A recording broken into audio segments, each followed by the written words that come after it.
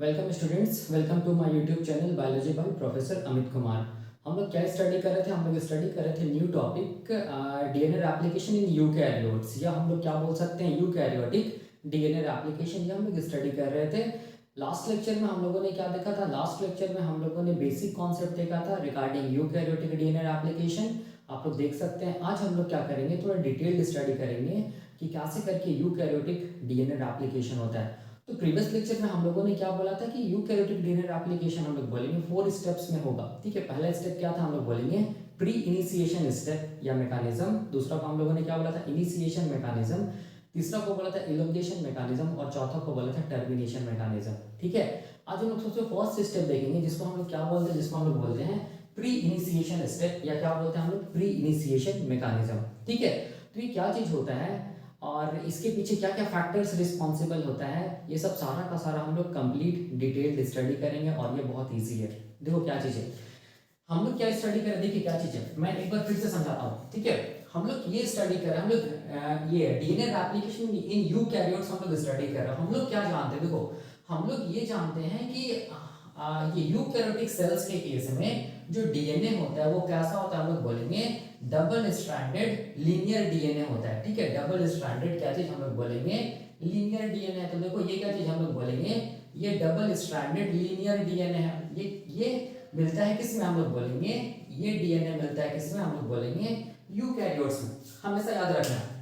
ठीक है, तो ये जो डीएनए है ना, डबल स्ट्रैंडेड लीनियर डीएनए, इसमें हम लोग बोलेंगे रेप्लिकेशन को स्टार्ट होने के लिए हम लोग बोलेंगे एक से ज्यादा क्या प्रेजेंट होता है? हम लोग बोलेंगे ओरिसाइट प्रेजेंट होता है। ठीक है, या हम लोग बोल सकते हैं मल्टीपल ओरिसाइट प्रेजेंट होता है। ये मान लो पहला ओरिसाइट है। ठीक है, ये मान लो पहला ओरिसाइट है, ऐसे लिख रहा हूं मैं, ये मान लो पहला ओरिसाइट है। ठीक है, ये मान लो हम लोग बोलेंगे ये मान लो दूसरा ओरिसाइट है। ठीक है, ये मान लो दूसरा ओरिसाइट है, ये मान लो तीसरा ओरिसाइट है। ठीक है, ये मान लो तीसरा ओरिसाइट है। इस तरफ क्या हम लोग बोलेंगे चौथा पांचवा, ऐसे करके क्या होगा? मल्टीपल ओरिसाइट प्रेजेंट होता है किसमें? हम लोग बोलेंगे double stranded linear DNA of eukaryotes. ठीक है, तो वैसा डीएनए जिसमें मल्टीपल हम लोग बोलेंगे क्या प्रेजेंट होगा? ओरिसाइट प्रेजेंट होगा।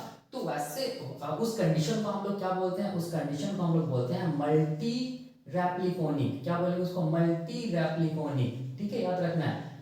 ठीक है, मतलब हम लोग बोलेंगे जो यूकैरियोटिक सेल्स का जो लीनियर डीएनए है उसके पास हम लोग बोलेंगे एक से ज्यादा क्या प्रेजेंट है? ओरिसाइट प्रेजेंट है, और इस कंडीशन को हम लोग क्या बोलते हैं? Multi replicanic condition. ठीक है, तो अब देखो, अब हम लोग बोलेंगे कि ये यूकैरियोटिक डीएनए जो होता है लीनियर डीएनए, उसमें क्यों एक से ज्यादा क्या प्रेजेंट है? हम लोग बोलेंगे मल्टीपल ओरिसाइट प्रेजेंट है। इसीलिए ऐसा है क्योंकि यूकैरियोटिक डीएनए क्या चीज है? बहुत, इसका लेंथ क्या चीज है? बहुत ज्यादा है। ठीक है, तो इतना ज्यादा लेंथ है, अगर एक ओरिसाइट प्रेजेंट होता तो हम लोग बोलेंगे रेप्लिकेशन को होने में बहुत टाइम लग जाता। इसीलिए हम लोग बोलेंगे यूकैरियोटिक लीनियर डीएनए में क्या होता है? मल्टीपल ओरिसाइट प्रेजेंट होता है। ठीक है, और ये जो ओरिसाइट है ना, ये जो ओरिसाइट है इसको हम लोग एक खास नाम से जानते हैं। इसको हम लोग बोलते हैं क्या चीज? क्या चीज? एआरएस बोलते हैं इसको हम लोग। क्या बोलते हैं? एआरएस। क्या बोलते हैं इसको हम लोग? एआरएस। एआरएस का फुल फॉर्म क्या है? एआरएस का फुल फॉर्म है ऑटोनोमसली रेप्लिकेटिंग सीक्वेंस। देखिए मैंने यहाँ पे लिखा है ऑटोनोमसली रेप्लिकेटिंग सीक्वेंस बोलते हैं। ठीक है, याद रखना है। ठीक है, मतलब हम लोग क्या बोल सकते हैं कि यूकैरियोटिक लीनियर डीएनए में क्या होगा? मल्टीपल एआरएस होगा। और ये मल्टीपल एआरएस, ये जो मल्टीपल एआरएस है इसी को हम लोग क्या बोलेंगे? हम लोग बोलेंगे मल्टी रेप्लिकोनिक। ठीक है, याद रखना है। तो अब देखो, अब अगर ये एआरएस को देखेंगे तो हम लोग क्या जानते हैं? ये जो एआरएस है वो कितना, इसमें कितना बेस पेयर लॉन्ग होगा? ये एआरएस हम लोग बोलेंगे 150 बेस पेयर लॉन्ग होगा, या हम लोग बोल सकते हैं 100 से लेके 200 बेस पेयर क्या होगा? हम लोग बोलेंगे लॉन्ग होगा। कौन? एक एआरएस। उसी तरह दूसरा एआरएस भी होगा, तीसरा एआरएस भी होगा, चौथा एआरएस भी होगा, पांचवा एआरएस भी होगा। ठीक है, तो ये हम लोगों ने देखा था प्रीवियस लेक्चर में। अब हम लोगों ने क्या देखा था? हम लोगों ने ये देखा था कि ये जो एआरएस है मतलब ओरिसाइट है। ठीक है, ये जो एआरएस है इसको कौन, देखो इसको मैं यहाँ पर बना रहा हूँ। ठीक है, ये वाला बस एक एआरएस को मैं यहाँ पर बना रहा हूँ। देखो यहाँ पर ऐसे करके बना रहा हूँ। ठीक है, ये क्या चीज हम लोग बोलेंगे? ये क्या चीज हम लोग बोलेंगे? लीनियर डीएनए है। ठीक है, ऐसे करके दिखाया हूँ। और ये वाला एआरएस को बना रहा हूँ, देखो यहाँ पर, ये क्या चीज हम लोग बोलेंगे? क्या चीज है? ये केवल एक एआरएस है, मतलब ऑटोनोमसली क्या चीज है? रेप्लिकेटिंग सीक्वेंस है। ये क्या चीज है? ऑटोनोमसली रेप्लिकेटिंग सीक्वेंस है। बस मैं एक को दिखा रहा हूँ, सब में ऐसे ही होगा। ठीक है, याद रखिएगा कि ये जो ARS होता है ना, ये ARS को रिकॉग्नाइज करता है, हम लोग बोलेंगे कौन, सबसे पहला प्रोटीन जिसको हम लोग बोलेंगे इनिशिएटर प्रोटीन, ठीक है। इसको हम लोग क्या बोलते हैं, सबसे फर्स्ट प्रोटीन जो डीएनए एप्लीकेशन में इन्वॉल्व होता है उसको हम लोग क्या बोलते हैं, आईपी। आईपी का मतलब इनिशिएटर प्रोटीन, और ये इनिशिएटर प्रोटीन का नाम है यूकैरियोटिक सेल्स में, इसको हम लोग क्या बोलते हैं, इसको हम लोग बोलते हैं क्या चीज, इसको हम लोग बोलते हैं ORC बोलते हैं। क्या बोलते हैं, ORC का मतलब क्या होता है, ओरिजिन क्या चीज, रिकॉग्निशन कॉम्प्लेक्स। क्या बोलते हैं, ओरिजिन रिकॉग्निशन कॉम्प्लेक्स, याद रखना है। इसको हम लोग इनिशिएटर प्रोटीन बोलते हैं, क्या चीज के केस में, यूकैरियोटिक डीएनए रेप्लिकेशन के केस में ये सबसे पहला प्रोटीन आता है जो क्या चीज को रिकॉग्नाइज करता है, हम लोग बोलेंगे ARS को रिकॉग्नाइज करता है। तो ओरिजिन रिकॉग्निशन कॉम्प्लेक्स नाम से ही लग रहा है, ओरिजिन रिकॉग्निशन कॉम्प्लेक्स मतलब ये वैसा प्रोटीन है जो ओरिजिन को रिकॉग्नाइज करेगा, और ओरिजिन को हम लोग क्या बोलते हैं, ARS बोलते हैं ना इन केस ऑफ यूकैरियोट्स।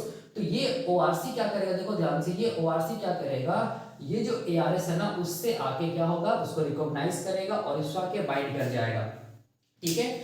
जैसे ये ORC ARS को रिकॉग्नाइज करके बाइंड कर जाएगा ARS से, तो फिर हम लोग बोलेंगे क्या होगा, हम लोग बोलेंगे फिर अगला दो हम लोग बोलेंगे प्रोटीन्स आएगा। एक प्रोटीन को हम लोग क्या बोलते हैं, एक प्रोटीन को हम लोग बोलते हैं क्या चीज, हेलिकेज लोडर प्रोटीन, ठीक है, जिसको हम लोग बोलते हैं क्या चीज, CDC6, एंड हम लोग क्या बोलते हैं CDT1, ये हम लोगों ने लास्ट लेक्चर में देखा था। और ये हेलिकेज लोडर हम लोग बोलेंगे किसको लेकर आएगा, हम लोग बोलेंगे डीएनए हेलिकेज को लेकर आएगा, और ये डीएनए हेलिकेज का नाम क्या चीज हम लोग बोलेंगे MCM 2,7 complex in case of eukaryotes, ठीक है। तो ध्यान से देखो यहाँ पर क्या हुआ, एक ARS पे जैसा ये ARS पे ये हो रहा है ना, सेम हम लोग बोलेंगे साइमल्टेनियसली दूसरे ARS पे भी सेम ऐसे करके, मतलब क्या होगा, हम लोग बोलेंगे ORC रिकॉग्नाइज करेगा। सिमिलरली हम लोग बोलेंगे थर्ड जो ARS है उसमें भी सेम मैकेनिज्म होगा।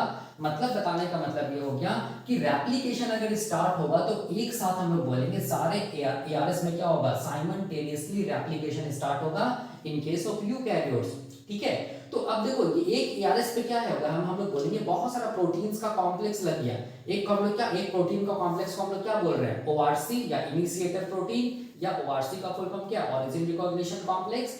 दूसरा क्या चीज है, दूसरा प्रोटीन क्या चीज है, CDC6 एंड CDT1 जिसको हेलिकेज लोडर बोल रहे हैं। तीसरा प्रोटीन क्या है, हेलिकेज डीएनए हेलिकेज, या क्या इसको हम लोग बोल सकते हैं MCM 2,7 कॉम्प्लेक्स, ठीक है। तो यहाँ पर क्या बन गया, हम लोग बोलेंगे एक कॉम्प्लेक्स का फॉर्मेशन हो गया, ठीक है। इसी कॉम्प्लेक्स को हम लोग बोलते हैं, इसी कॉम्प्लेक्स को ये इनिशिएशन से पहले का कॉम्प्लेक्स बना, इसी कॉम्प्लेक्स को हम लोग क्या बोलते हैं, प्री इनिशिएशन, क्या चीज, प्री इनिशिएशन कॉम्प्लेक्स बोलते हैं, ठीक है। इसको हम लोग क्या बोलते हैं, प्री इनिशिएशन कॉम्प्लेक्स, या इसको हम लोग क्या बोलते हैं, प्री रेप्लिकेटिव कॉम्प्लेक्स, ठीक है। याद रखना ये इनिशिएशन से पहले का चीज है ना, इसीलिए इसको हम लोग क्या बोलेंगे, प्री रेप्लिकेटिव कॉम्प्लेक्स भी बोलते हैं। और इसी को हम लोग क्या बोलते हैं, लाइसेंसिंग ऑफ क्या चीज हम लोग बोलेंगे, डीएनए रेप्लिकेशन। मतलब एक बार ये जो फैक्टर्स है, ठीक है, वो ARS पे जुड़ जाएगा तो इसका मतलब है कि अब डीएनए रेप्लिकेशन होना ही होना है, क्योंकि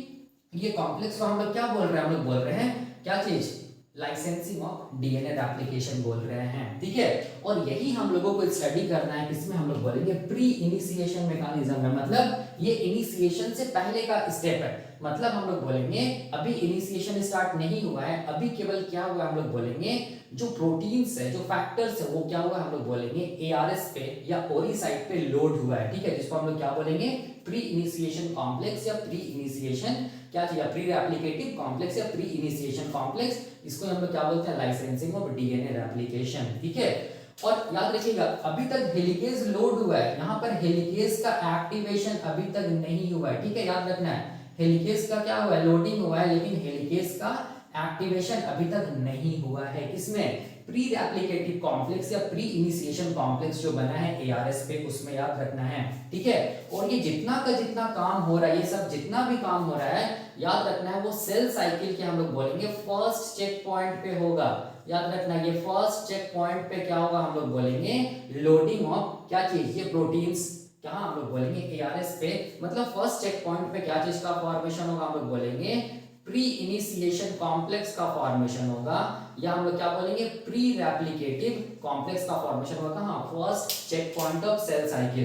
तो हम लोग क्या जानते हैं, देखो अगर यूकैरियोटिक सेल्स को देखेंगे तो यूकैरियोटिक सेल्स में हम लोग बोलेंगे क्या होता है, सेल साइकिल चलता है, ठीक है। तो सेल साइकिल को अगर हम लोग देखेंगे तो सेल साइकिल क्या होता है, तो याद रखना है सेल साइकिल वैसा हम लोग बोलेंगे सीक्वेंस ऑफ इवेंट होता है, जिसमें हम लोग बोलेंगे क्या होता है सेल का, जिसमें हम लोग क्या बोलेंगे कि वैसा सीक्वेंस ऑफ इवेंट्स होता है, जिसमें हम लोग बोलेंगे सेल क्या चीज में होता है, सेल वैसा प्रोटीन्स को बनाता है जिसकी वजह से हम लोग बोलेंगे एक सेल हम लोग बोलेंगे दो सेल में क्या हो जाए, डिवाइड हो जाए। तो ये सीक्वेंशियल इवेंट्स होता है। तो सेल डिवीजन के लिए हम लोग बोलेंगे या हम लोग बोल सकते हैं क्या चीज, सेल साइकिल में कितना फेजेस होता है, तो हम लोग बोलेंगे सेल साइकिल में हम लोग बोलेंगे कितना फेज होता है, टोटल 2 फेज होता है सेल साइकिल में, ठीक है। इसको मैं ऐसे दिखा रहा हूं, मैं सेल साइकिल जब पढ़ाऊंगा तो डिटेल में बताऊंगा, ठीक है। एक फेज को हम लोग क्या बोलते हैं, एक फेज को हम लोग क्या बोलते हैं, इंटरफेज बोलते हैं। क्या बोलते हैं, एक फेज को हम लोग क्या बोलते हैं, इंटरफेज बोलते हैं। एक फेज को हम लोग क्या बोलते हैं, माइटोटिक फेज बोलते हैं, या क्या बोलते हैं हम लोग, डिवीजन फेज बोलते हैं, ठीक है। तो देखो इंटरफेज हम लोग बोलेंगे, फर्दर हम लोग बोलेंगे इसमें हम लोग बोलेंगे 3 डिवीजन है।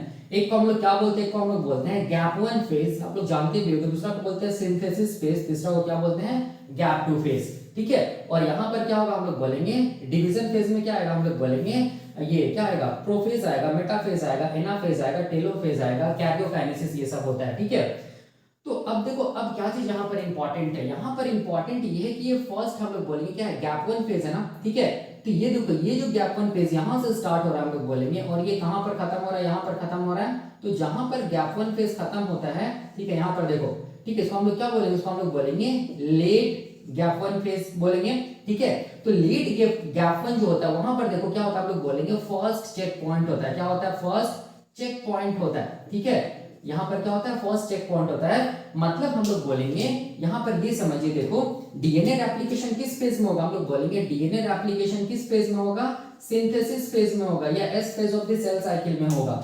लेकिन डीएनए रेप्लिकेशन में हम लोग बोलेंगे को स्टार्ट कराने से पहले जितना भी लोडिंग होता है ना फैक्टर्स का, हम लोग क्या बोल सकते हैं, क्या चीज, जो प्री इनिशिएशन या प्री रेप्लिकेटिव कॉम्प्लेक्स का जो फॉर्मेशन हो रहा है वो कहां पर होता है, हम लोग बोलेंगे वो कहां पर होता है, हम लोग बोलेंगे फर्स्ट चेक पॉइंट पे होता है। मतलब फर्स्ट चेक पॉइंट पे ये चेक किया जाता है कि जो ओरी साइट है ना, जिसको हम लोग एआरएस बोलते हैं, यूकैरियोटिक जो ये लिनियर डीएनए है, उसमें जो एआरएस है उसमें अच्छे से ये फैक्टर्स लोड हुआ या नहीं, मतलब ओआरसी, हेलिकेज लोडर, हेलिकेज, ये सब अच्छे से लोडिंग हुआ या नहीं, या हम लोग बोल सकते हैं प्री इनिशिएशन कॉम्प्लेक्स का फॉर्मेशन हुआ या नहीं, ये सब सारा का सारा चेक किया जाता है किसमें, हम लोग बोलेंगे फर्स्ट चेक पॉइंट पे, या हम लोग बोलेंगे लेट G1 फेज या फर्स्ट चेक पॉइंट पे, याद रखना है, ठीक है। इसका मतलब इसी चेक पॉइंट पे क्या होता है, प्री रेप्लिकेटिव कॉम्प्लेक्स का फॉर्मेशन होता है। और प्री रेप्लिकेटिव कॉम्प्लेक्स का फॉर्मेशन अगर यहाँ हो गया तो इसके बाद हम लोग बोलेंगे क्या चीज है, डीएनए को, डीएनए रेप्लिकेशन का को क्या मिल गया, लाइसेंस मिल गया कि अब क्या होना है, हम लोग बोलेंगे डीएनए रेप्लिकेशन स्टार्ट होना है, ठीक है। इसीलिए हम लोग बोलते हैं कि लेट G1 फेज, या हम लोग बोल सकते हैं फर्स्ट चेक पॉइंट पे क्या होगा, प्री रेप्लिकेशन कॉम्प्लेक्स का फॉर्मेशन होगा, लोडिंग होगा किसका, हम लोग बोलेंगे रेप्लिकेटिव प्रोटीन्स और एंजाइम का, देख लो मतलब ओआरसी का, हेलिकेज लोडर का, और हेलिकेज का किसमें, एआरएस में, ठीक है। ये अच्छे से हुआ या नहीं उसको ही देखा जाता है फर्स्ट चेक पॉइंट में। अगर ये अच्छे से हो गया तो हम लोग बोलेंगे क्या चीज हो गया, डीएनए रेप्लिकेशन होने का लाइसेंस मिल गया, मतलब प्री रेप्लिकेटिव कॉम्प्लेक्स का फॉर्मेशन हो गया। मतलब यहाँ पर क्या होगा, हम लोग बोलेंगे क्या होगा, पहला हम लोग बोलेंगे स्टेप होगा जिसको हम लोग क्या बोलते हैं, प्री इनिशिएशन, क्या चीज, स्टेप या प्री इनिशिएशन क्या चीज, हम लोग बोलेंगे मैकेनिज्म, ठीक है, जो मैंने यहाँ पर लिखा है। तो हमेशा हमेशा याद रखना प्री इनिशिएशन मैकेनिज्म कहाँ होगा, हम लोग बोलेंगे फर्स्ट चेक पॉइंट पे, ठीक है। और फर्स्ट चेक पॉइंट पे क्या होगा, हम लोग बोलेंगे क्या चीज होगा, प्री इनिशिएशन कॉम्प्लेक्स का फॉर्मेशन होगा या प्री रेप्लिकेटिव कॉम्प्लेक्स का फॉर्मेशन होगा, तभी हम लोग बोलेंगे अब क्या होगा, डीएनए रेप्लिकेशन स्टार्ट होगा कहाँ, हम लोग बोलेंगे ये एस फेज में, ठीक है। और याद रखना देखो यहाँ पर ये जो फर्स्ट चेक पॉइंट है ना, इसमें याद रखना हेलिकेज का एक्टिवेशन नहीं हुआ है, ठीक है। फर्स्ट चेक पॉइंट पे क्या होगा, हेलिकेज का, देखो डीएनए हेलिकेज का बस लोडिंग हुआ है कहां पर, हम लोग बोलेंगे एआरएस पे। तो फर्स्ट चेक पॉइंट पे ये भी याद रखिएगा कि हेलिकेज का एक्टिवेशन नहीं होता है, ठीक है, याद रखना है। दूसरा क्या क्या रखना है यार, कि फर्स्ट चेक पॉइंट पे हम लोग बोलेंगे क्या हुआ, हम लोग बोलेंगे रिकॉग्निशन हुआ है, क्या चीज का रिकॉग्निशन हुआ है, रिकॉग्निशन ऑफ क्या चीज, हम लोग बोलेंगे एआरएस, ऑटोनोमसली रेप्लिकेटिंग सीक्वेंस या ori site, recognition of ARS by क्या चीज, हम लोग बोलेंगे क्या चीज, इनिशिएटर प्रोटीन, या हम लोग क्या बोलेंगे इसको, ओआरसी, मतलब ओरिजिन रिकॉग्निशन कॉम्प्लेक्स, ठीक है। ये फर्स्ट चेक पॉइंट पे होगा, देख लीजिए ओआरसी क्या किया, रिकॉग्नाइज किया एआरएस को। इसका मतलब जितना भी यहाँ पर काम हुआ ना, ये सब जितना भी लोडिंग हुआ ना, वो सब सारा का सारा फर्स्ट चेक पॉइंट पे होगा, ठीक है। अब इसके बाद जैसे हम लोग बोलेंगे लाइसेंसिंग ऑफ डीएनए एप्लीकेशन हो गया, प्री रेप्लिकेटिव कॉम्प्लेक्स या प्री इनिशिएशन कॉम्प्लेक्स का फॉर्मेशन हो गया, तो उसके बाद अब क्या होगा, हम लोग बोलेंगे इनिशिएशन होगा। कहां पर, हम लोग बोलेंगे S phase, beginning of the S phase में क्या हो जाएगा, जस्ट हम लोग बोलेंगे beginning of the S phase में क्या होगा,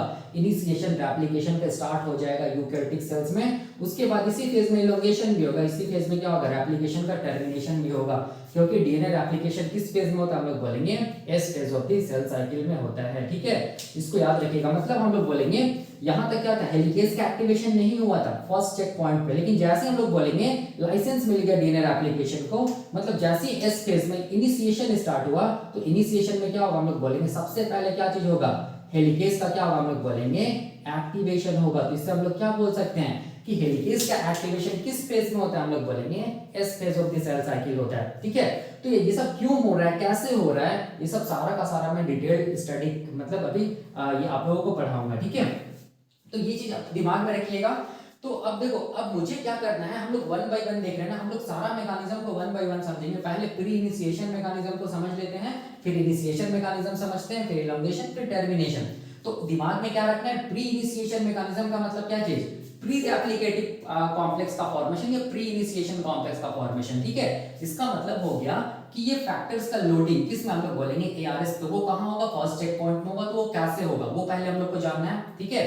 उसके बाद initiation mechanism, elongation and termination, वो हम लोग बोलेंगे S phase of the cell cycle का पार्ट, वो हम लोग आगे देखेंगे। तो आज हम लोग क्या देखेंगे, आज हम लोग देखेंगे क्या चीज, प्री इनिशिएशन मैकेनिज्म, ठीक है। तो उसमें हम लोगों को क्या देखना है, एआरएस का स्ट्रक्चर देखना है कि एआरएस में ऐसा क्या स्ट्रक्चर होता है कि ये स्ट्रक्चर को कौन रिकॉग्नाइज करता है, इनिशिएटर प्रोटीन या ओआरसी। तो सबसे पहले हम लोग क्या चीज के बारे में स्टडी करेंगे, ये ऑटोनोमसली रेप्लिकेटिंग सीक्वेंस के बारे में स्टडी करेंगे, इसका स्ट्रक्चर के बारे में स्टडी करेंगे। उसके बाद फिर हम लोग क्या स्टडी करेंगे, ओआरसी के बारे में, इनिशिएटर प्रोटीन के बारे में स्टडी करेंगे, ठीक है। फिर हम लोग देखेंगे कि कैसे करके ओआरसी क्या करेगा, एआरएस को रिकॉग्नाइज करेगा और ओआरसी एआरएस से बाइंड करेगा। फिर कैसे करके अगला एंजाइम को या प्रोटीन को, जिसको हेलिकेज लोडर बोलते हैं, उसको सिग्नल देगा ओआरसी। फिर कैसे करके हेलिकेज का लोडिंग होगा कहां पर, एआरएस में। वो सब सारा का सारा हम लोग स्टडी करेंगे, कंप्लीट स्टडी करेंगे प्री इनिशिएशन मैकेनिज्म में, ठीक है। याद रखिएगा ये फर्स्ट चेक पॉइंट पे हो रहा है, ठीक है। तो अब देखो, अब यहाँ पर मैंने क्या लिखा है, थोड़ा सा समझो, देखो क्या बहुत इजी है।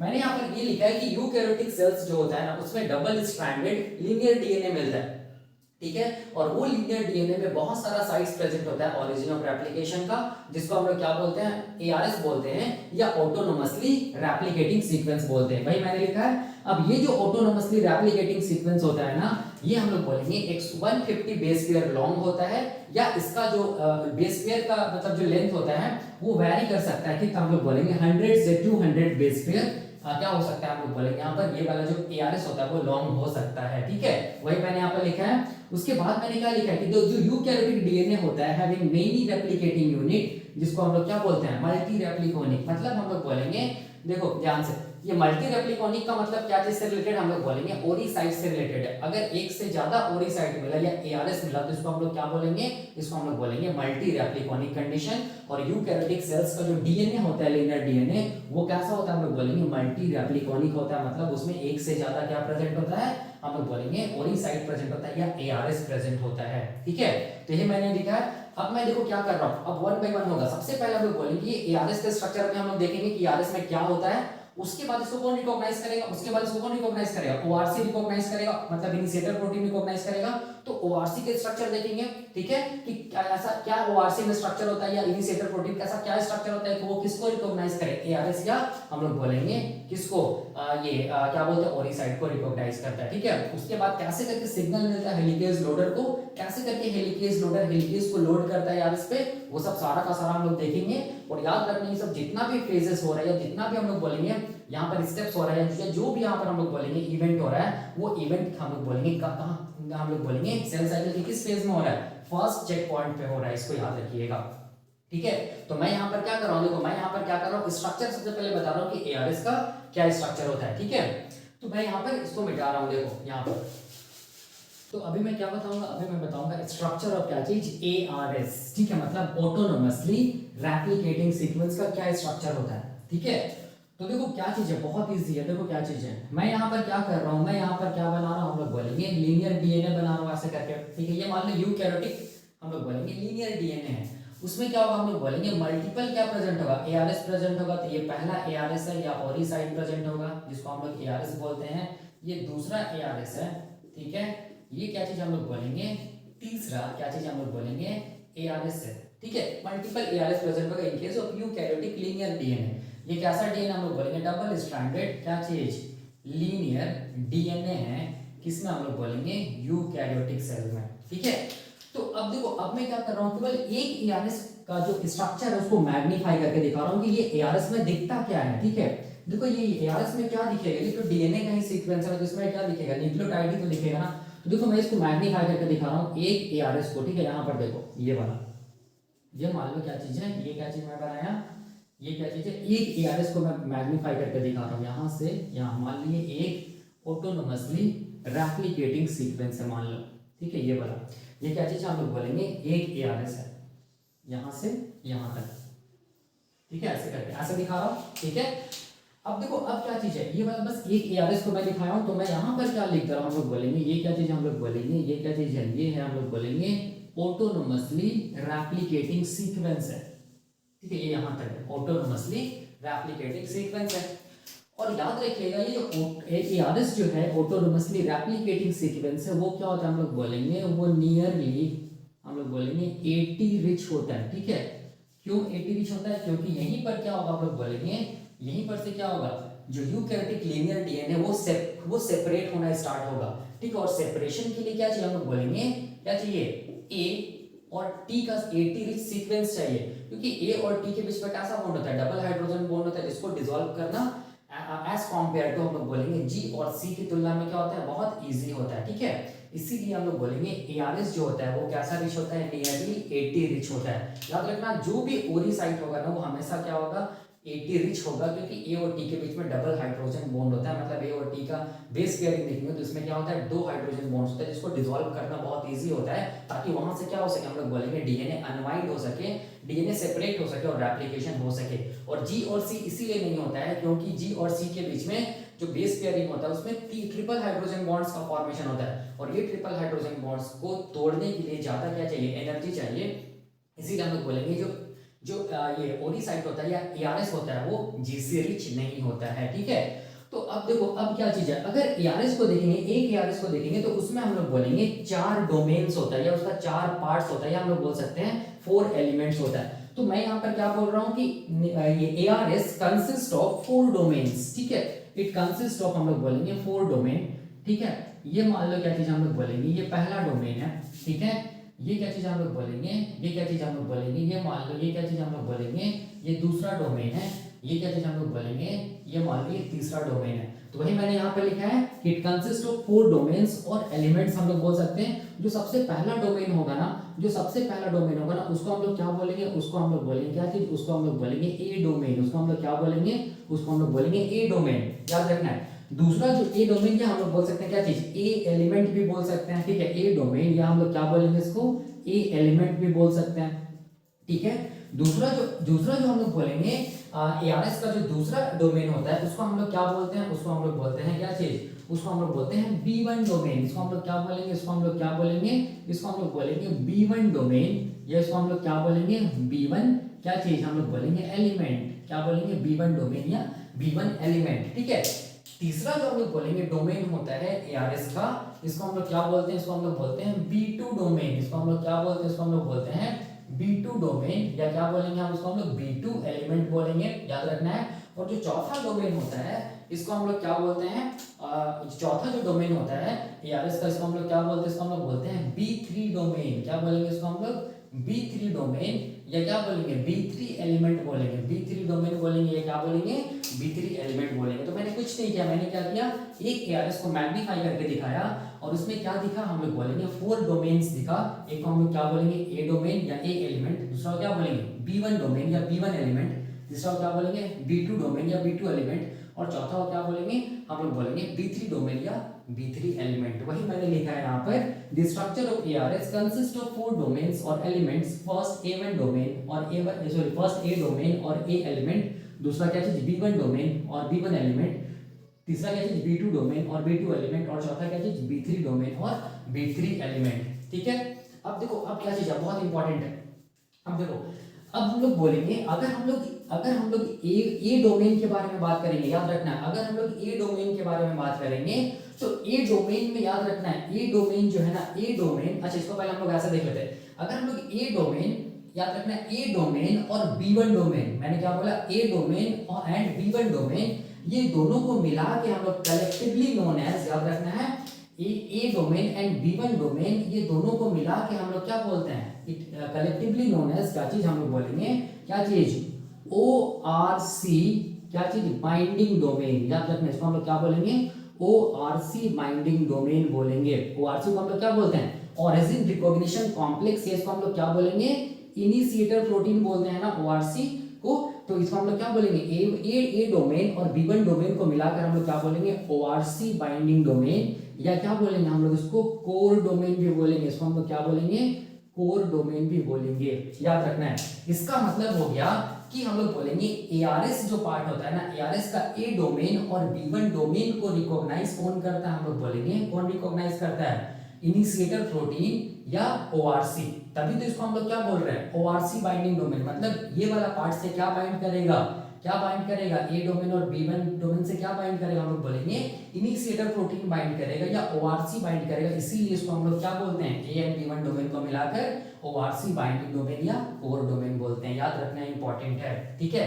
अब देखो अब क्या चीज है, अब मैं यहाँ पर ये बोल रहा हूँ, देखो कि ये जो है, ये जो B2 डोमेन है ना, ये जो B2 डोमेन है ना, याद रखना है B2 डोमेन को हम लोग क्या बोलते हैं, B2 डोमेन को हम लोग दूसरे नाम से जानते हैं, इसको हम लोग क्या बोलते हैं, B2 डोमेन को हम लोग बोलते हैं क्या चीज, हम लोग बोलेंगे मेल्टिंग डोमेन या अनवाइंडिंग डोमेन, इसको हम लोग क्या बोलेंगे, अनवाइंडिंग या हम लोग क्या बोलेंगे, मेल्टिंग डोमेन बोलेंगे, अनवाइंडिंग या मेल्टिंग डोमेन बोलेंगे। याद रखिए, देख लीजिए, इसका मतलब हो गया कि अनवाइंडिंग होगा, मतलब डीएनए कहां से खुलना स्टार्ट होगा, ओडी साइड से खुलना स्टार्ट होगा, एआरएस से खुलना स्टार्ट होगा, मतलब जो सेपरेशन जो होगा कहां से, एआरएस से सेपरेशन, मतलब डीएनए खुलेगा तो एआरएस का कौन सा पार्ट से खुलेगा, हम लोग बोलेंगे B2 डोमेन से खुलेगा, इसीलिए B2 डोमेन को हम लोग क्या बोलते हैं, अनवाइंडिंग या मेल्टिंग डोमेन भी बोलते हैं। क्या बोलते हैं, अनवाइंडिंग या मेल्टिंग डोमेन भी बोलते हैं, ठीक है।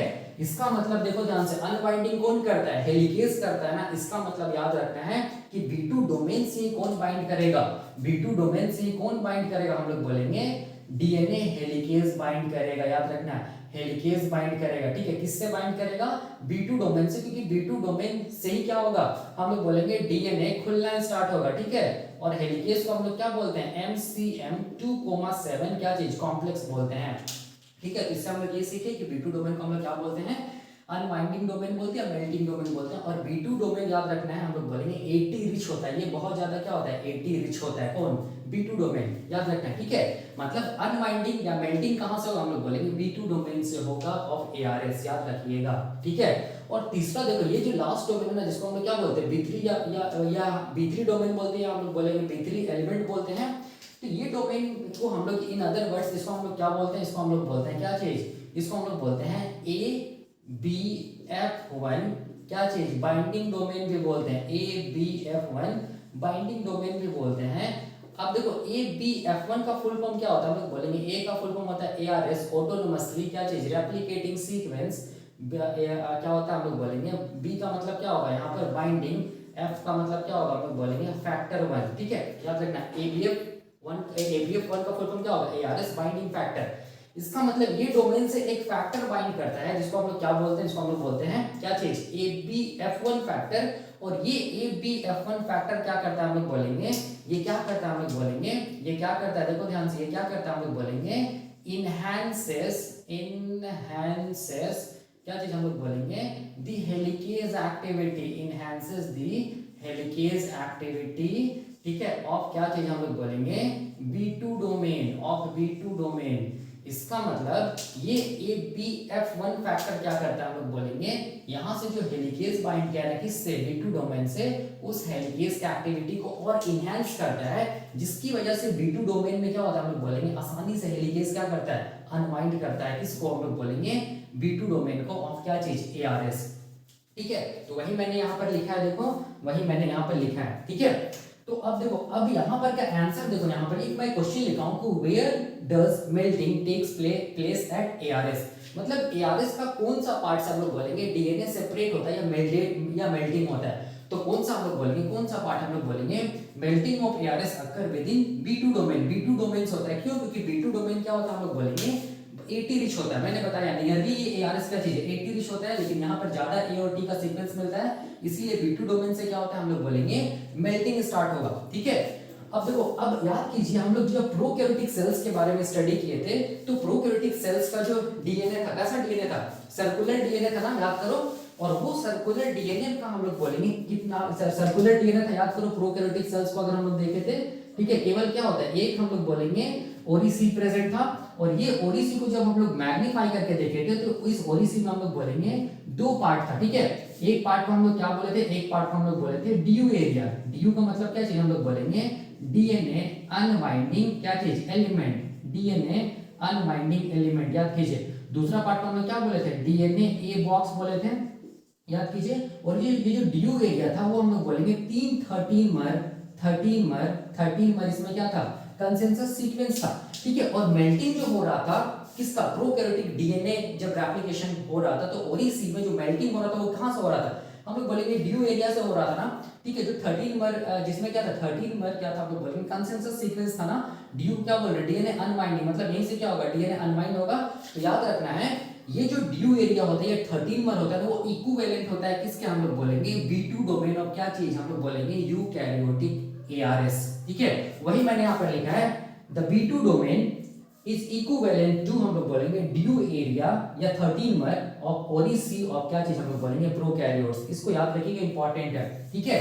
प्रोकैरियोटिक सेल, अगर प्रोकैरियोटिक सेल्स का ओरिसी को देखेंगे, तो उस ओरिसी में कहां से मेल्टिंग स्टार्ट होता है, तो हम लोग बोलेंगे डीयू एरिया से मेल्टिंग स्टार्ट होता है। यूकैरियोटिक सेल्स का अगर हम लोग डीएनए में जो ओरिसाइट या एआरएस को देखेंगे, तो उसमें कहां से मेल्टिंग स्टार्ट होता है, हम लोग बोलेंगे B2 डोमेन से स्टार्ट होता है। इसका मतलब प्रोकैरियोटिक सेल्स का डीयू एरिया और यूकैरियोटिक सेल्स का हम लोग बोलेंगे B2 डोमेन, वो क्या है, एक दूसरे के इक्विवेलेंट है। वही मैंने यहाँ पर लिखा है, ठीक है, इंपॉर्टेंट याद रखना है। और मैंने यहाँ पर क्या लिखा है, जो ABF जो होता है, ABF मतलब क्या चीज, हम लोग बोलेंगे क्या चीज, ARS बाइंडिंग फैक्टर जो होता है, ARS बाइंडिंग फैक्टर 1 होता है, वो क्या करता है, इनहैंसेस दी हेलिकेज एक्टिविटी। मतलब ये ABF1 जो है वो क्या करता है, हम लोग बोलेंगे यहाँ जो हेलिकेज बाइंड किया है ना B2 डोमेन में, उसका एक्टिविटी को क्या करता है, और इनहैंस करता है, ठीक है, याद रखना, ताकि हेलिकेज अपने काम को और अच्छे से कर सके, ठीक है। तो वही मैंने यहाँ पर लिखा है और वही मैंने इसका यहाँ पर आंसर बताया, ठीक है।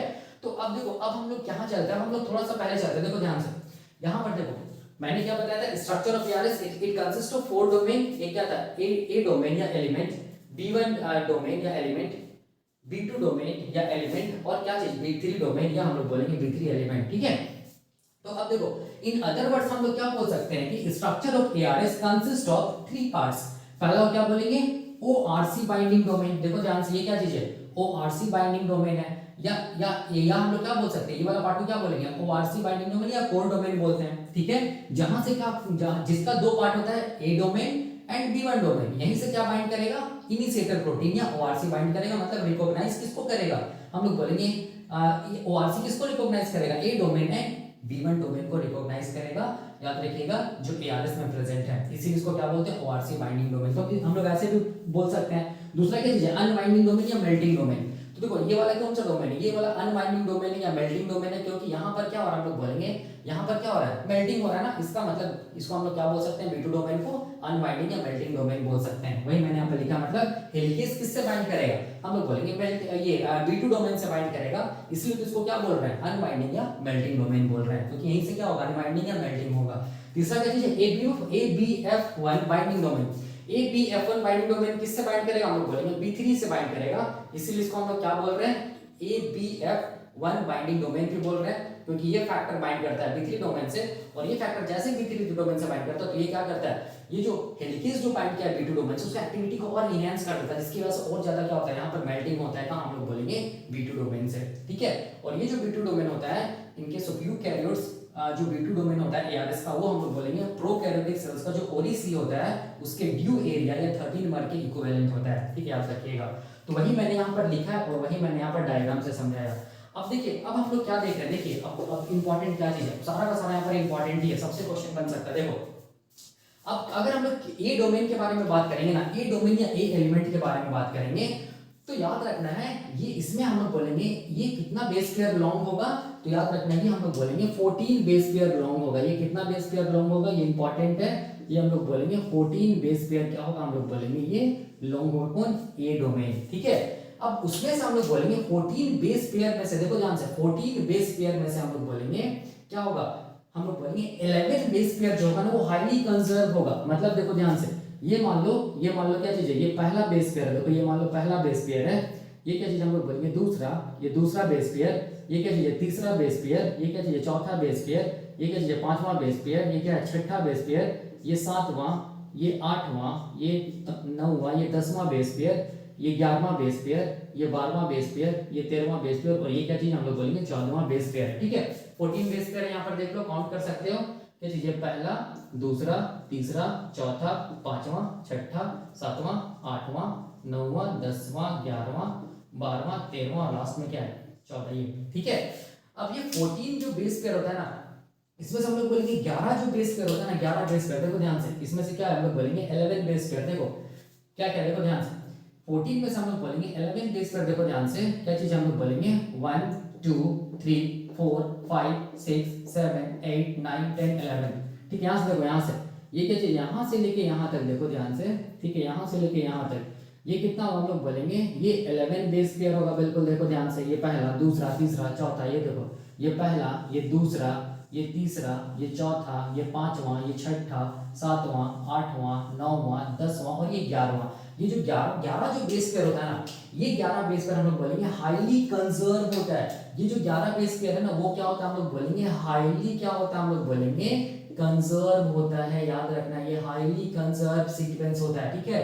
ये इतना ज्यादा हाईली कंजर्व होता है, ये जो हाईली कंजर्व जो सीक्वेंस होता है बेस पेयर का, इसी को हम लोग क्या बोलते हैं, इसी को हम लोग बोलते हैं ACS बोलते हैं। क्या बोलते हैं, ACS। ACS का मतलब हो गया क्या चीज, ARS कंजर्व सीक्वेंस। क्या बोलेंगे इसको, ARS कंजर्व सीक्वेंस बोलेंगे, ठीक है। और यही ACS को, मतलब ARS कंजर्व सीक्वेंस को कौन रिकॉग्नाइज करता है, हम लोग बोलेंगे कौन रिकॉग्नाइज करता है, हम लोग बोलेंगे इनिशिएटर प्रोटीन या ऑरिजिन रिकॉग्निशन कॉम्प्लेक्स क्या करता है, इसी हाईली कंजर्व सीक्वेंस जिसको ACS बोलते हैं या ARS कंसेंसस सीक्वेंस या कंजर्व सीक्वेंस बोलते हैं, इसको ही रिकॉग्नाइज करता है, ठीक है। और ये कितना होता है हम लोग बोलेंगे 11 बेस पेयर लॉन्ग होता है, ठीक है। तो अब देखो मैंने यहाँ पर क्या लिखा है, मैंने यहाँ पर लिखा है कि ए डोमेन को अगर हम लोग देखेंगे तो ये कितना बेस पेयर लॉन्ग होगा, 14 बेस पेयर लॉन्ग होगा जो मैंने बताया। अब आउट ऑफ 14 बेस पेयर जो 11 बेस पेयर है, जो 11 बेस पेयर है वो हाईली कंजर्व होगा, जिसको हम लोग क्या बोलते हैं, इसको हम लोग बोलते हैं ACS बोलते हैं, या हम लोग क्या बोलेंगे, ए मतलब ARS कंसेंसस या कंजर्व सीक्वेंस बोलेंगे, याद रखना है। और इसी ACS को कौन रिकॉग्नाइज करता है, इसी ACS को हम लोग बोलेंगे इनिशिएटर प्रोटीन या हम लोग बोलेंगे ORC रिकॉग्नाइज करता है। और तब जाके हम लोग बोलेंगे ये किससे बाइंड करता है, हम लोग बोलेंगे किससे बाइंड करता है, हम लोग बोलेंगे किससे बाइंड करता है, ए डोमेन से भी बाइंड करता है, और कुछ पार्ट हम लोग बोलेंगे B1 डोमेन से भी बाइंड करता है, किसका, ORC का या इनिशिएटर प्रोटीन का, ठीक है। तो ये जो 11 कंसेंसस सीक्वेंस है, देखो वो क्या, वो कौन सा सीक्वेंस है, देखो ध्यान से, इंपॉर्टेंट है। देखो ये 11 कंसेंसस सीक्वेंस क्या है, यहाँ पर देखो ये पहला सीक्वेंस T भी हो सकता है या थाइमिन भी हो सकता है, एडेनिन भी हो सकता है, पहला, ये दूसरा, तीसरा, चौथा, पांचवा, छठा, सातवां, आठवां, नौवां, 10वां, और ये क्या होगा हम लोग बोलेंगे 11वां, ठीक है। यहाँ पर थाइमिन भी हो सकता है या एडेनिन भी हो सकता है। तो ये 11 कंसेंसस सीक्वेंस है, जहां पर Y आ रहा है ना, जहां पर Y याद रखना वो कोई भी पाइरिमिडीन हो सकता है, और जहां पर R आ रहा है ना वो कोई भी प्यूरिन हो सकता है, ठीक है।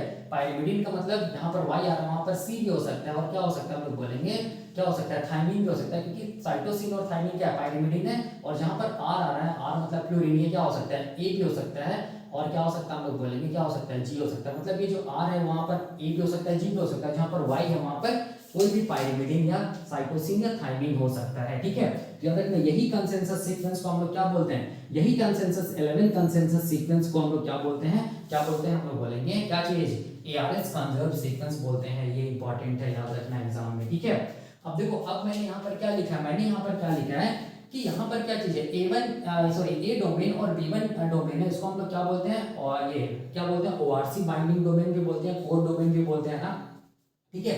इसका मतलब यही क्या चीज हम लोग बोलेंगे, ये जो ORC बाइंडिंग डोमेन है ना, ये A domain and B1 domain है, इसी को हम लोग क्या बोलेंगे, प्राइमरी बाइंडिंग साइट है। किसके लिए हम लोग बोलेंगे, ORC के लिए है, इसीलिए मैंने यहाँ पर लिखा है it is the primary binding site for initiator protein, या हम लोग बोल सकते हैं ORC मतलब ओरिजिन रिकॉग्निशन कॉम्प्लेक्स, ठीक है। इसीलिए हम लोग क्या बोलते हैं, ए डोमेन को और B1 डोमेन को कलेक्टिवली नोन एज क्या चीज, ORC बाइंडिंग डोमेन भी बोलते हैं या कोर डोमेन भी बोलते हैं, ठीक है। तो यही इसका कॉन्सेप्ट है, ठीक है। तो इसका मतलब ये चीज समझ में आता है कि ARS का A डोमेन और B1 डोमेन को ही रिकॉग्नाइज करता है, कौन, हम लोग बोलेंगे इनिशिएटर प्रोटीन या ORC, याद रखिएगा, ठीक है। कोई भी बोलेगा कि ORC जो इनिशिएटर प्रोटीन है वो ARS से बाइंड कर गया, ARS मतलब हम लोग बोलेंगे ओरी साइट जो यूकैरियोटिक लीनियर डीएनए में मिलता है उसको हम लोग बोलते हैं ARS मतलब ऑटोनोमसली रेप्लिकेटिंग सीक्वेंस। तो कोई भी अगर बोलेगा कि ORC किससे बाइंड करता है, ARS से बाइंड करता है, तो याद रखिएगा ORC एक्चुअल में हम लोग बोलेंगे ARS से तो बाइंड करेगा ही करेगा, लेकिन ARS का A1 डोमेन से, A डोमेन से और B1 डोमेन से बाइंड कौन करेगा, हम लोग बोलेंगे ORC। इसीलिए A डोमेन और B1 डोमेन को कलेक्टिवली हम लोग क्या बोलते हैं, ORC बाइंडिंग डोमेन भी बोलते हैं, क्योंकि ये प्राइमरी साइट है फॉर द बाइंडिंग ऑफ क्या चीज, हम लोग बोलेंगे ORC, ठीक है। तो ये कॉन्सेप्ट हो गया। अब देखो यहाँ पर क्या होता है ना, यहाँ पर एक चीज मैं बताना चाहता हूँ, ये जो B1 डोमेन है ना, याद रखना सारा का सारा जो B1 डोमेन में भी क्या होगा, हम लोग बोलेंगे क्या होगा, कंसेंसस सीक्वेंस होगा, कंजर्व सीक्वेंस होगा, ठीक है। लेकिन यहाँ पर का जो कंसेंसस सीक्वेंस होगा ना, किसका हम लोग बोलेंगे, किसका हम लोग बोलेंगे A डोमेन का, वो हाईली क्या होगा, हम लोग बोलेंगे क्या होगा, कंजर्व होगा। देखो ध्यान से, ये जो A डोमेन है ना, यहाँ जो कंसेंसस सीक्वेंस हो गया, कंजर्व सीक्वेंस होगा, वो क्या होगा, हम लोग बोलेंगे हाईली कंजर्व होगा, ठीक है। यहाँ पर का जो सीक्वेंस होगा वो हाईली क्या होगा, हम लोग बोलेंगे कंजर्व होगा, किसका, A डोमेन का, ठीक है। लेकिन B1 डोमेन का है ना, वो क्या होगा, हम लोग बोलेंगे यहाँ पर B1 डोमेन में क्या होगा, हम लोग बोलेंगे जो कंसेंसस सीक्वेंस होगा ना, वो क्या होगा, हम लोग बोलेंगे मॉडरेट कंजर्व होगा, ठीक है। मॉडरेट क्या होगा, हम लोग बोलेंगे कंजर्व सीक्वेंस होगा यहाँ पर, ठीक है, थोड़ा सा कम होगा यहाँ, ठीक है। और B2 डोमेन में जो कंसेंसस सीक्वेंस होगा ना, वो हम लोग क्या बोलेंगे, वो हम लोग बोलेंगे और भी ज्यादा कम होगा, मतलब लेस कंजर्व होगा, ठीक है। लेस कंजर्व क्या होगा, हम लोग बोलेंगे सीक्वेंस होगा। और ये वाला जो B3 डोमेन में जो सीक्वेंस मिलेगा वो क्या होगा, वेरी लेस क्या होगा, हम लोग बोलेंगे कंजर्व सीक्वेंस होगा, ठीक है, याद रखना है, ठीक है। तो सीक्वेंस कैसे चलेगा, देखो ध्यान से, A डोमेन या A एलिमेंट में क्या होगा, ये क्या होगा, हाईली कंजर्व होगा, ये हाईली क्या होगा, हम लोग बोलेंगे कंजर्व होगा, याद रखना है। उसके बाद B1 डोमेन क्या होगा, ये क्या होगा, मॉडरेट कंजर्व होगा, ये क्या होगा, मॉडरेट कंजर्व होगा, ठीक है। और B2 डोमेन क्या होगा, हम लोग बोलेंगे लेस कंजर्व होगा, ठीक है, मतलब इसमें कम क्या मिलेगा, कंसेंसस सीक्वेंस मिलेगा। और B3 डोमेन को क्या होगा, हम लोग बोलेंगे वेरी लेस क्या होगा, कंजर्व होगा, मतलब इसमें सबसे कम कंसेंसस सीक्वेंस मिलेगा। इसको याद रखिएगा, क्यों, क्योंकि म्यूटेशन एनालिसिस अभी मैं बताऊंगा तो यही कॉन्सेप्ट मतलब काम आएगा, ठीक है। तो ये चीज समझ में आ गया कि A domain, A domain, B1 domain, B2 domain and B3 domain का कॉन्सेप्ट। अब देखो यहाँ पर B1 डोमेन में देखो क्या चीज है, ये चीज देखो दिमाग में रखो, ठीक है। एक्चुअल हम लोग बोलेंगे कि हाईली कंजर्व कौन है, हम लोग बोलेंगे A डोमेन है ना, इसीलिए हम लोग बोलेंगे इसको क्या बोलते हैं, इसको हम लोग बोलते हैं क्या चीज ARS कंसेंसस सीक्वेंस बोलते हैं, हाईली कंजर्व। तो ये वाला जो हाईली कंजर्व जो A डोमेन ना, उसी को हम लोग बोलेंगे रिकॉग्नाइज करता है कौन, ORC, ठीक है। मोस्टली जो ORC का पार्ट होता है वो रिकॉग्नाइज करेगा किसको, A डोमेन को। कुछ पार्ट ऑफ द ORC किसको रिकॉग्नाइज करता है, हम लोग बोलेंगे मॉडरेट कंसेंसस सीक्वेंस या कंजर्व सीक्वेंस जो B1 डोमेन का उसको रिकॉग्नाइज करता है, ठीक है। तो कुछ पार्ट जो बच जाता है ना, कुछ पार्ट B1 डोमेन का जो बच जाता है, उससे कौन बाइंड करता है, तो याद रखना है उससे बाइंड करेगा कौन, अभी मैं बता दे रहा हूँ, याद रखना है उससे बाइंड करता है कौन, हेलिकेज लोडर बाइंड करता है, जिसको हम लोग क्या बोलते हैं, CDC6 एंड CDT1 बोलते हैं, याद रखना है, ठीक है। चीज को याद रखना है, हेलिकेज लोडर किससे बाइंड करता है, हम लोग बोलेंगे B1 डोमेन या B1 एलिमेंट से बाइंड करता है, वो मैं अभी आगे बताऊंगा, सब कुछ क्लियर होगा, अभी बस याद रखिएगा। B2 डोमेन से कौन बाइंड किया, हेलिकेज बाइंड किया। B2 डोमेन से कौन बाइंड किया, हम लोग बोलेंगे कौन बाइंड किया, B2 डोमेन से हम लोग बोलेंगे हेलिकेज बाइंड किया, याद रखना है हेलिकेज बाइंड किया, जिसको MCM2,7 कॉम्प्लेक्स भी बोलते हैं, ठीक है। और ये दोनों को हम लोग क्या बोलेंगे, CDC6 और CDT1 को क्या बोलेंगे, हेलिकेज लोडर बोलेंगे, क्या बोलेंगे इसको, हम लोग बोलेंगे हेलिकेज लोडर बोलेंगे, ठीक है, याद रखना है। और B3 डोमेन से कौन बाइंड करेगा, हम लोग बोलेंगे प्रोटीन या फैक्टर बाइंड करेगा, जिसको बोलते हैं ABF1 फैक्टर बाइंड करेगा। इससे कौन बाइंड करेगा, हम लोग बोलेंगे ABF1 फैक्टर बाइंड करेगा। जैसे ही बाइंड करेगा तो वो क्या करेगा, हेलिकेज की एक्टिविटी को इनहेंस करेगा, और ज्यादा क्या होगा, B2 डोमेन से मेल्टिंग स्टार्ट होगा, ठीक है, और ज्यादा मेल्टिंग होने लगेगा किससे, B2 डोमेन से। इसीलिए B2 डोमेन को हम लोग क्या बोलते हैं, अनबाइंडिंग या मेल्टिंग डोमेन बोलते हैं, क्योंकि हेलिकेज B2 डोमेन से बाइंड करता है, ठीक है। तो इसको याद रखिएगा। अब देखिए, अब यही ARS था ना, उस ARS से कौन बाइंड करेगा, हम लोग बोलेंगे ORC बाइंड करेगा। देखो यहाँ पर, देखो मैं ये ARS को यहाँ पर ऐसे बना रहा हूँ, देखो यहाँ पर ऐसे करके मैं दिखा रहा हूँ, ऐसे करके ये एक ARS को बस दिखा रहा हूँ, ठीक है। देखो ये सब याद रखना है, जो भी ये ARS का कौन है, पहला डोमेन है, ये A डोमेन है, ठीक है। ये वाला ARS का कौन सा डोमेन है, B1 डोमेन है। ये ARS का कौन सा डोमेन है, B2 डोमेन है। ये ARS का कौन सा डोमेन है, B3 डोमेन है, ठीक है। तो ये जितना भी यहाँ पर जो काम हो रहा है ये ARS है, ठीक है। ये क्या चीज हम लोग बोलेंगे, क्या चीज है, ARS है, जो कि क्या होता है हम लोग बोलेंगे नियरली क्या होता है, 80 रिच होता है। हम लोग जानते हैं क्यों 80 रिच हो रहा है, ठीक है। तो यहाँ पर देखिए जो A डोमेन और B1 डोमेन है ना, इससे क्या बाइंड करेगा, देखो ध्यान से, इससे हम लोग बोलेंगे क्या बाइंड करेगा, हम लोग बोलेंगे ऑरिजिन रिकॉग्निशन कॉम्प्लेक्स है, इनिशिएटर प्रोटीन बाइंड करेगा, ठीक है। कुछ पार्ट जो B1 डोमेन का बच जाएगा ना, उससे हम लोग बोलेंगे कौन बाइंड करेगा, हम लोग बोलेंगे कौन बाइंड करेगा, CDC6 एंड हम लोग बोलेंगे CDT1 हेलिकेज लोडर बाइंड करेगा। ये मान लो CDC6 है, ये क्या चीज हम लोग बोलेंगे CDT1 है, ठीक है। हेलिकेज लोडर बाइंड किया। B2 डोमेन से कौन बाइंड करेगा, B2 डोमेन से हम लोग बोलेंगे हेलिकेज बाइंड करेगा। इसको हम लोग क्या बोलते हैं, MCM2 2,7 कॉम्प्लेक्स। तो ये मान लो क्या चीज हम लोग बोलेंगे, ये क्या चीज हम लोग बोलेंगे, ये क्या चीज है 3 1 2, हाँ ठीक है। ये इसको हम लोग क्या बोलेंगे, इसको हम लोग बोलेंगे क्या चीज, हेलिकेज बोलेंगे, या MCM2,7 कॉम्प्लेक्स बोलेंगे, जो B2 डोमेन से बाइंड किया। ये सारा का सारा क्या हम लोग बोलेंगे हेलिकेज है, ठीक है। ये सारा का सारा हेलिकेज है। और B3 डोमेन से कौन बाइंड किया, हम लोग बोलेंगे प्रोटीन बाइंड किया, जिसको हम लोग क्या बोलेंगे ABF1, या हम लोग बोल सकते हैं क्या चीज ARS बाइंडिंग फैक्टर 1, ठीक है। तो ये सब जितना भी देखो लोडिंग हुआ, ठीक है, ये सब सारा का सारा लोडिंग कब हुआ, हम लोग बोलेंगे कब हुआ, ये सब सारा का सारा लोडिंग हुआ, ये हम लोग बोलेंगे फर्स्ट चेक पॉइंट पे हुआ। मैंने बताया था ये कब हुआ, फर्स्ट चेक पॉइंट पे हुआ। और इसी को हम लोग क्या बोलते हैं, इसी को हम लोग बोलते हैं प्री रेप्लिकेटिव क्या चीज हम लोग बोलेंगे, क्या चीज कॉम्प्लेक्स बोलेंगे, या क्या बोलेंगे प्री इनिशिएशन क्या बोलेंगे, हम लोग बोलेंगे कॉम्प्लेक्स बोलेंगे, ठीक है। तो ये तो मैं ऐसे करके दिखाया, मैं डिटेल में भी बताऊंगा कि कैसे करके सब हो रहा है। अभी मुझे बस ये बताना है कि स्ट्रक्चर बताना है ARS का, फिर मैं बताऊंगा स्ट्रक्चर ORC का, तब पता चलेगा एक्चुअल में ORC कैसे करके रिकॉग्नाइज कर रहा है किसको, ARS को, या हम लोग क्या बोल सकते हैं, क्या बोल सकते हैं, हम लोग बोलेंगे क्या चीज ORC बाइंडिंग डोमेन को, या A और B1 डोमेन को कैसे रिकॉग्नाइज कर रहा है ORC, या हम लोग बोल सकते हैं इनिशिएटर प्रोटीन, याद रखना है, ठीक है। अब देखिए अब क्या चीज है, जब मैंने क्या बोला प्री रेप्लिकेटिव कॉम्प्लेक्स बनेगा, तो ये सारा का सारा कॉम्प्लेक्स मतलब ये सब लोडिंग हो गया किसका, जो भी रेप्लिकेटिव प्रोटीन्स है उसका लोडिंग हो गया किसका ARS पे, ठीक है। और ये लोडिंग हो गया मतलब जिसको हम लोग क्या बोल रहे हैं प्री रेप्लिकेटिव कॉम्प्लेक्स या लाइसेंसिंग ऑफ DNA रेप्लिकेशन, ये हम लोग बोलेंगे फर्स्ट चेक पॉइंट पे हुआ। अब इसके बाद जो भी फेनोमेनन होगा, मतलब यहाँ पर हेलिकेज क्या अभी इनएक्टिव है, अब जो भी फेनोमेनन होगा वो S phase of the cell cycle होगा, मतलब उसमें क्या होगा, हम लोग बोलेंगे हेलिकेज एक्टिवेशन होगा और ये DNA खुलता चला जाएगा, ठीक है। मतलब ARS से ये DNA क्या होगा, अनवाइंड होता चला जाएगा और रेप्लिकेशन स्टार्ट हो जाएगा, ठीक है, इस फेज में। तो इस सबको दिमाग में रखना है। अब देखो अब मैं क्या बताने जा रहा हूँ, अब मैं ये बताने जा रहा हूँ अभी के लिए, अभी के कॉन्सेप्ट ये चीज समझना है कि स्ट्रक्चर ऑफ ARS क्या होता है, ठीक है, और कैसे कैसे करके हम लोग बोलेंगे कौन सा प्रोटीन्स ARS के किस किस पार्ट में क्या होता है बाइंड करता है, बस इस चीज को दिमाग में रखो। और ये कब होता है, फर्स्ट चेक पॉइंट पे सारा का सारा जब बाइंड कर जाता है तब इसको हम लोग क्या बोलते हैं प्री रेप्लिकेटिव कॉम्प्लेक्स, जिसमें क्या हुआ रिकॉग्निशन हुआ किसका, हम लोग बोलेंगे ARS का कौन किया इनिशिएटर प्रोटीन, और हेलिकेज का लोडिंग हुआ, हेलिकेज का एक्टिवेशन नहीं हुआ, ठीक है। तो ये सब सारा का सारा होता है हम लोग बोलेंगे फर्स्ट चेक पॉइंट पे, या हम लोग बोल सकते हैं क्या चीज ये लेट जीवन फेज में, ठीक है। अब देखो अब क्या चीज है, अब क्या चीज है यहाँ पर एक मैंने हेडिंग लिखा है म्यूटेशन एनालिसिस ऑफ ARS। देखो क्या चीज है, ये भी इंपॉर्टेंट है, क्वेश्चन पूछ सकता है, ठीक है। ये जो म्यूटेशन एनालिसिस का मतलब ये है कि अगर मान लो देखो ये बहुत इंपॉर्टेंट है, अगर मान लो कि ARS का A डोमेन, अगर मान लो ARS का A डोमेन मैं यहाँ पर दिखा रहा हूँ, अगर मान लो ये ARS का A डोमेन क्या हो गया, हम लोग बोलेंगे म्यूटेटेड हो गया, ठीक है। ARS का ये A डोमेन क्या हो गया, हम लोग बोलेंगे म्यूटेटेड हो गया।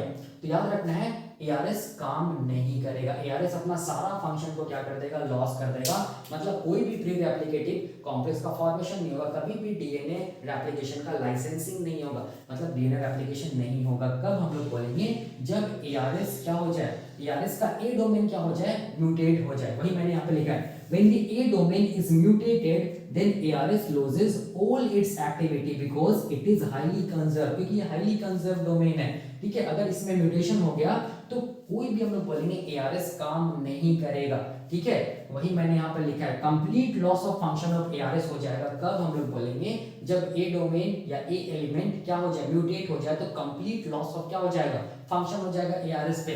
मतलब हम लोग बोलेंगे ओआरसी नहीं बाइंड करेगा ए डोमेन पे, बी1 डोमेन पे ये हेलिकेज लोडर नहीं बाइंड करेगा, बी2 डोमेन पे हम लोग बोलेंगे हेलिकेज नहीं बाइंड करेगा, बी3 डोमेन पे हम लोग बोलेंगे एबीएफ1 नहीं बाइंड करेगा। कंप्लीट लॉस ऑफ फंक्शन हो जाएगा किसका, एआरएस का, कब, जब एआरएस का ए डोमेन क्या हो जाए, म्यूटेट हो जाए। याद रखना है, वही मैंने यहाँ पे लिखा, इंपॉर्टेंट है, ठीक है।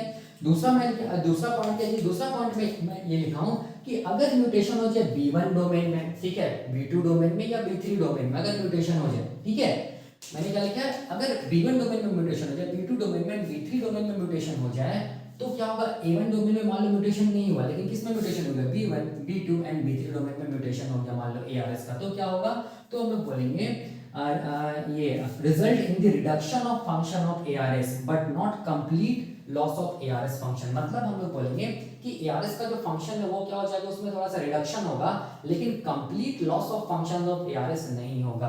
कब होगा, कब ऐसा होगा, जब हम लोग बोलेंगे ए डोमेन क्या है, बिल्कुल ठीक है, लेकिन बी1 डोमेन, बी2 डोमेन और बी3 डोमेन में क्या हो जाए, म्यूटेशन हो जाए, तो याद रखना एआरएस का कंप्लीट लॉस ऑफ फंक्शन नहीं होगा। हाँ, ये हो सकता है कि एआरएस का क्या होगा, फंक्शन जो है वो रिड्यूस कर जाएगा, रिडक्शन होगा उसका फंक्शन में, लेकिन कंप्लीट लॉस ऑफ फंक्शन नहीं होगा। किसका हम लोग बोलेंगे, एआरएस का। क्यों नहीं होगा, देखो क्यों नहीं होगा, इसीलिए नहीं होगा क्योंकि हम लोग बोलेंगे ए डोमेन हाईली कंजर्व है, इसमें म्यूटेशन नहीं होगा, तो ओआरसी इससे बाइंड करेगा, ठीक है, और B1 domain, बी2 domain and B3 domain ये सब क्या हम लोग बोलेंगे, ये सब हम लोग बोलेंगे लेस कंजर्व है, ठीक है। अगर इसमें म्यूटेशन हो जाए तो हम लोग बोलेंगे ये एआरएस का फंक्शन तो ये हो जाएगा, रिड्यूस हो जाएगा, लेकिन complete loss of function ARS का नहीं होगा। Complete loss of function ARS का कब होगा, जब हम लोग बोलेंगे एआरएस का ए डोमेन या ए एलिमेंट क्या हो जाए, म्यूटेटेड हो जाए। वही मैंने यहाँ पे लिखा है, और ये क्वेश्चन इंपॉर्टेंट है, या कोई भी आप कॉम्पिटिशन एग्जाम का तैयारी कर रहे हैं या मास्टर्स डिग्री में या बैचलर्स डिग्री में, तो ये सब सारा का सारा कॉन्सेप्ट इंपॉर्टेंट है, ठीक है। तो ये मैंने क्या बताया, ये मैंने बताया क्या चीज का, कॉन्सेप्ट ऑफ एआरएस, मतलब स्ट्रक्चर ऑफ एआरएस बताया। तो अब मैं अगले लेक्चर में क्या बताऊंगा, अगले लेक्चर में बताऊंगा क्या चीज हम लोग बोलेंगे, कॉन्सेप्ट ऑफ क्या चीज, ओरिजिन रिकॉग्निशन कॉम्प्लेक्स, या हम लोग क्या बोल सकते हैं, इनिशिएटर प्रोटीन। तो ये इनिशिएटर प्रोटीन का क्या स्ट्रक्चर होता है, ठीक है, और ये कैसे करके रिकॉग्नाइज करता है, किसको हम लोग बोलेंगे, एआरएस का ए एंड बी1 डोमेन को, ये मैं बताऊंगा अगले क्लास में। उसके बाद मैं बताऊंगा कि कैसे करके हम लोग बोलेंगे प्री रेप्लिकेटिव कॉम्प्लेक्स का फॉर्मेशन हुआ, लाइसेंसिंग ऑफ डीएनए रेप्लिकेशन कैसे हुआ, ये सब मैं बताऊंगा, ठीक है। हेलिकेज का लोडिंग कैसे हुआ, ये सब सारा का सारा कॉन्सेप्ट बताऊंगा, लेकिन उससे पहले स्ट्रक्चर जानना जरूरी है, किसका, एआरएस का, ओआरसी का, हेलिकेज लोडर का, एंड हम लोग बोलेंगे हेलिकेज का, तब जाके आगे समझ में आएगा। और ये सब सारा का सारा काम कब हो रहा है, फर्स्ट चेक पॉइंट पे, या हम लोग बोल सकते हैं क्या चीज को हम लोग बोलते हैं, प्री रेप्लिकेटिव कॉम्प्लेक्स का फॉर्मेशन कब होता है, फर्स्ट चेक पॉइंट पे, जिसको हम लोग लाइसेंसिंग ऑफ डीएनए रेप्लिकेशन भी बोलते हैं, ठीक है। तो ये खत्म हो गया क्या चीज, हम लोग बोलेंगे स्ट्रक्चर ऑफ एआरएस। अगले लेक्चर में हम लोग देखेंगे क्या चीज, कॉन्सेप्ट ऑफ या स्ट्रक्चर ऑफ, हम लोग बोलेंगे इनिशिएटर प्रोटीन या ओरिजिन रिकॉग्निशन कॉम्प्लेक्स या ORC in case of eukaryotic DNA replication, ठीक है। तो अभी के लिए हम लोग यहीं तक रखते हैं, थैंक यू।